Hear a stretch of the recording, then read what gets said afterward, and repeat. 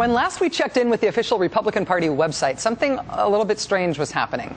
You'd try to go to the homepage, but you would instead be automatically redirected to their big "We Love Scott Walker" page. You would try to type in GOP.com, and instead up would pop ObamasUnionBosses.com. The whole National Republican Party online was essentially repurposed as the "We Believe in Scott Walker" party. Scott Walker, of course, the Republican governor of Wisconsin. Union stripping bill caused this sort of backlash in his home state.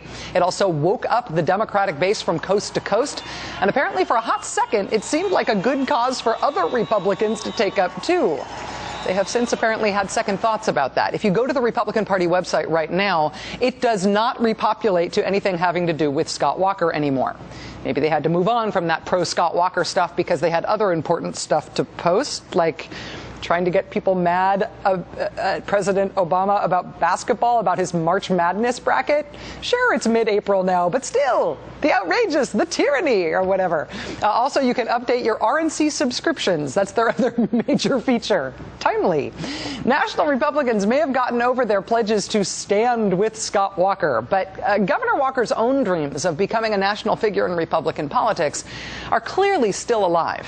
Mr. Walker ascended Capitol Hill today for what I'm sure in his mind was due to be a triumphant victory lap about what he has done in the great state of Wisconsin. But if he thought he was there to collect his laurels, to be greeted as a national hero, it really did not go that way. When you campaigned for governor, did you campaign on the issue of collective bargaining being a problem with respect to the Wisconsin's budget? I talked about wages and benefits overall, even ran campaign ads on it, but I didn't specify exactly what form. I talked about the broad spectrum. That was an issue that was a part of the campaign. Explicitly? Again, I didn't run an ad saying I'm going to do exactly this, but I talked about the full range. In fact, talked about it in a couple of the debates. Governor Walker, I'm asking a very specific question. Yeah. Did you explicitly single out? No. No.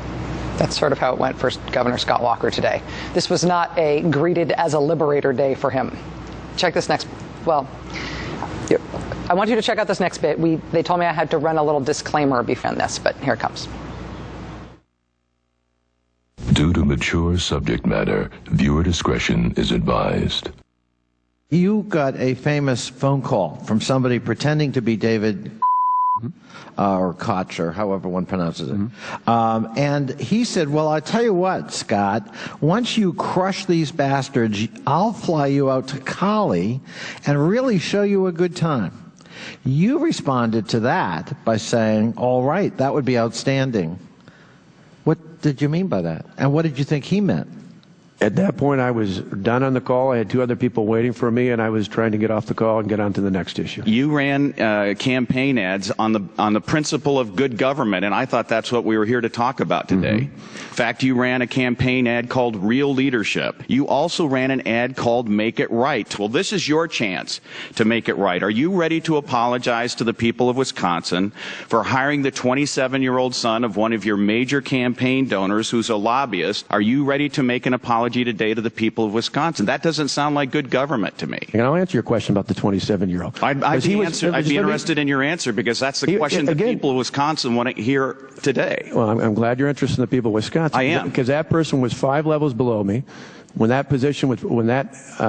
hiring was brought to my attention, I had my staff go back and have that person taken out of that position. Your proposal would require unions to hold annual votes to continue representing their own members. Can you please explain to me and members of this committee how much money this provision saves for your state budget? We gave workers the right to choose, which is a fundamental American right, the right to choose whether or not they want to be a part of a union and whether or not they went up to $1,000 taken How out of much their money union. does it save, Governor? Just that particular part doesn't save any. Okay, in the that's same way that that's if you, the point. if you read the Obviously, federal it has budget, no effect whatsoever. I'll answer your I'm question. reclaiming my time. It obviously no effect whatsoever on the state budget. Governor Walker refused to meet with union leaders, and he declared publicly that he would not negotiate with them. In my opinion, it is shameful to play politics with American workers and their families. We should be helping these workers, not attacking them, because they are the engine and the author of the American recovery.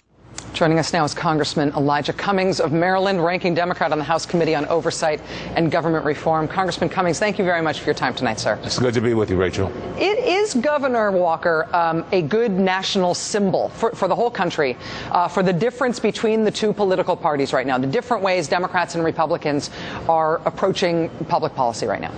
Clearly he is, Rachel, but I might add, though, there are 10 Republican governors that disagree with the way that he has gone about the business of trying to dismantle unions. But clearly, we have seen it in our committee. It seems like almost every week there's some hearing attacking our public employees and attacking unions. And it came out very clearly today. And basically when he got there, I think they thought that he was going to be placed on a throne.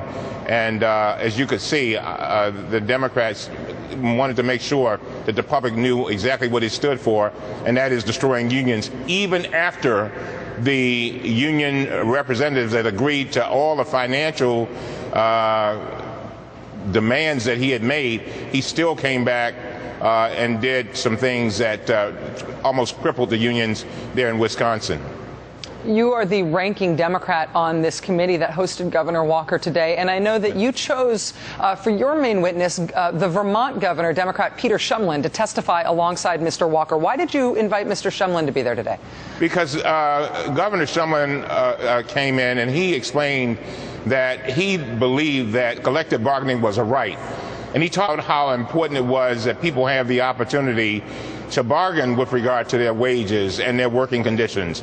And he said that, you know, he tries to, the one thing that came through very clearly, Rachel, today, was this was a man who showed respect for the unions. And the unions came to the table. They said, we are Americans too. We know our country, our state is going through some difficulties, and we don't mind cutting our benefits. We don't mind contributing a little bit more to our health care. And he came out with a very good deal. But he did not eliminate one single right with regard to the unions. And that says a lot.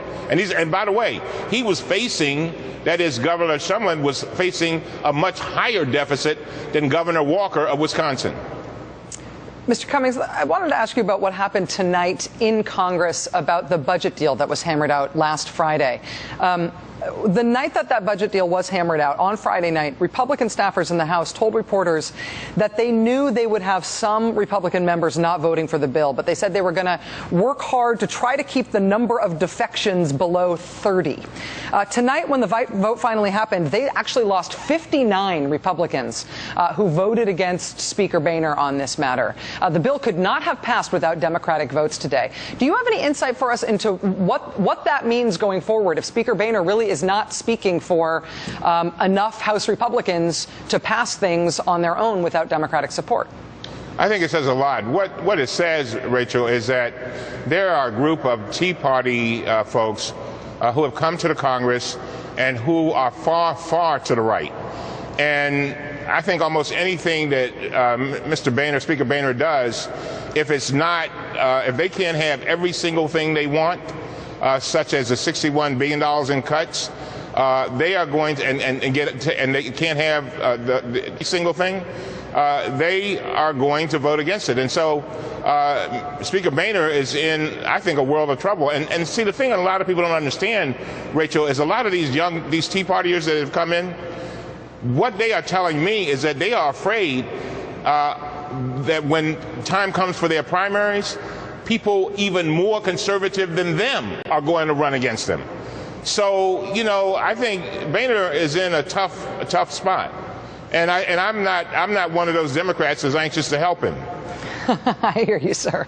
Congressman Elijah Cummings, Democrat of Maryland, thanks for your time and for your insight tonight, sir. Appreciate it. Thank you. Okay.